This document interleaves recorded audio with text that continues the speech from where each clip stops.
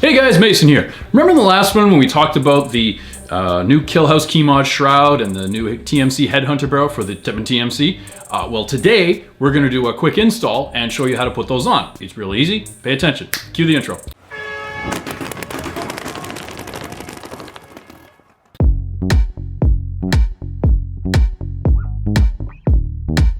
Okay, so you've got the front shroud off your TMC, you've got the barrel out, obviously you've got your mag out for safety purposes, and we are going to start at the beginning. We are going to install our shroud just like that. Now, as what happens with these is the nut has fallen out of the body. So we are going to hold the screw in place with our finger because we are applying downward pressure. Put in our screw in. What we're going to do is we're going to actually turn this backwards until you feel a bit of a click. What that's going to be is the screw threads skipping over the entry, if you will, into the nut threads.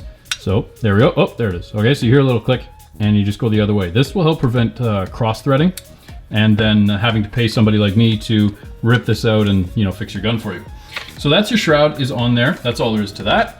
Then we take our nice, new, wonderful, magnificent, every possible pronoun you can think of, Headhunter barrel and TMC 98 threading, and we're going to put that in. Now, the trick with these is there is a nice big fat O-ring right at the threading, and that's for holding it in place and keeping it from vibrating loose. But it also can make it a little tough to know when you've got it in, so you want to give it a good shove and possibly even do the reverse threading trick so you don't get stuck before you start going in. So anyways, there you go.